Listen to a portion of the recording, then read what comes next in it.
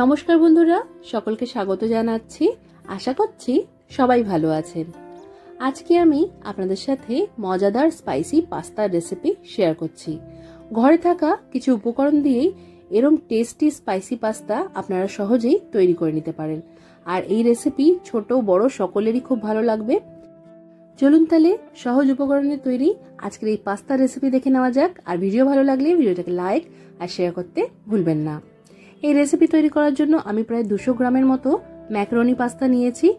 একটা পাত্রে ভালো করে জলটা গরম করে নিয়ে তার মধ্যে এই পাস্তা দিয়ে 5 মিনিটের মতো আমাদের সেদ্ধ করে নিতে হবে।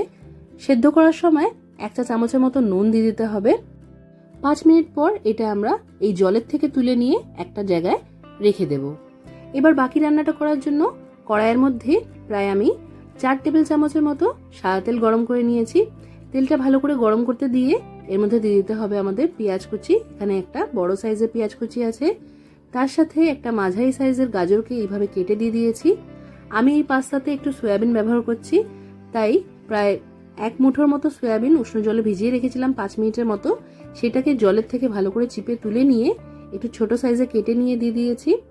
আর একটা মাঝারি সাইজের এখানে ক্যাপসিকাম কুচি দিয়েছি। আপনারা এখানে যেই সবজি পছন্দ করেন না সেটাকে বাদও দিতে পারেন।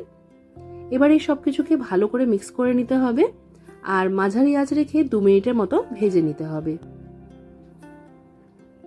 এখানে 2 মিনিট হয়ে গেছে। এবার এর মধ্যে আমি দিয়ে দিচ্ছি আদা, রসুন আর কাঁচা লঙ্কার পেস্ট। এর মধ্যে আছে 2টো কাঁচা লঙ্কা, 1/2 ইঞ্চি সাইজের আদা আছে আর প্রায় 7-8 কোয়ার মতো রসুন আছে। এই পেস্টটা দেওয়ার পর ওপর থেকে স্বাদ অনুসারে দিয়ে দিলাম নুন আর দিয়ে দিয়েছি লঙ্কার গুঁড়ো। এই লঙ্কার গুঁড়োটা খুব বেশি ঝাল নয়, তবে আপনারা যে যেরকম ঝাল পছন্দ করেন সেই অনুযায়ী এখানে লঙ্কা গুঁড়ো বা গোলমরিচ গুঁড়ো দিতে পারেন। এই সব কিছুর সাথে আমাদের সবজি ভালো করে মিশিয়ে নিতে হবে।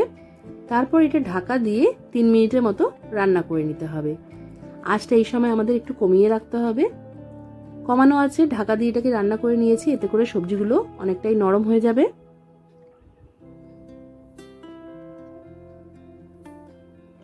এই রেসিপিতে আমরা আলু ব্যবহার করছি না, তবে কেউ পছন্দ করলে কিন্তু আলুও দিতে পারেন। এবার এর মধ্যে দিয়ে দিচ্ছি আমি ম্যাগির যে মশলা ম্যাজিকটা পাওয়া যায় তার 2টো আমি এখানে স্যাশে নিয়েছি, সেইটাকে কেটে দিয়ে দিয়েছি। আর ওপর থেকে দিয়ে দিয়েছি অল্প একটু জল, এতে করে মশলাটা তলায় কড়াইতে লাগবে না। আপনারা এখানে চাউমিক্স মশলা থাকলে সেটাও ব্যবহার করতে পারেন। তো এই সব মশলার সাথে ভালো করে আমরা সবজিগুলোকে মিশিয়ে নেব। মেশানো হয়ে গেলে এবার ওপর থেকে দিয়ে দিচ্ছি এর মধ্যে প্রায় 1.5 চা চামচের মতো ভিনিগার, 1 চা চামচ দিয়ে দিয়েছি সয়া সস আর দিয়ে দেবো এর মধ্যে টমেটো কেচাপ। তবে টমেটো কেচাপ না থাকলে আপনারা এখানে টমেটোটা পেস্ট করেও দিতে পারেন।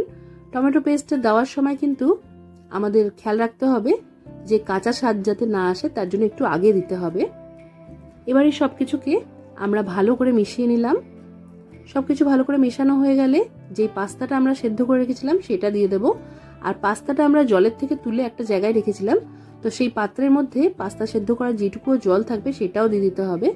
যেহেতু এটা একটু ক্রিমি ক্রিমি পাস্তা তৈরি হবে, তাই পাস্তা সেদ্ধ করার সময় যে স্টার্চের জলটা থাকে সেটা কিছুটা রেখে দিতে পারেন, তাহলে পাস্তাটা বেশ সুন্দর তৈরি হয়। তো এবার সবকিছুর সাথে আমি পাস্তাটাকে মিক্স করে নিচ্ছি। এই সময় আঁচটা আমরা মাঝারি করে রাখবো। এবার উপর থেকে আমি দিয়ে দিচ্ছি একটু চিজ। এখানে আমি চিজের যে কিউবগুলো পাওয়া যায় সেগুলোকে ছুরি দিয়ে এরকম পাতলা পাতলা করে কেটে নিয়েছি। আপনাদের কাছে মজরেলা চিজ থাকলে সেটাও দিতে পারেন। চিজটা দেওয়ার পর এটাকে আঁচ কমিয়ে রেখে 2 মিনিটের মতো আমাদের ঢাকা দিয়ে রান্না করে নিতে হবে। এতে করে চিজটা সুন্দরভাবে গলে যাবে। এখানে দেখতেই পাচ্ছেন আমরা ঢাকাটা সরিয়ে রেখে আরেকবার ভালো করে মিক্স করে দিচ্ছি। চিজটা কত সুন্দরভাবে গলে গেছে। এই পাস্তা ছোট বাচ্চারা খেতে খুব ভালোবাসে। আপনারা এই পাস্তা গরম গরম সার্ভ করবেন, সবারই খুব ভালো লাগবে। আর এই রেসিপিটা অবশ্যই ট্রাই করবেন, কমেন্ট করে জানাতে ভুলবেন না যে কেমন লাগলো।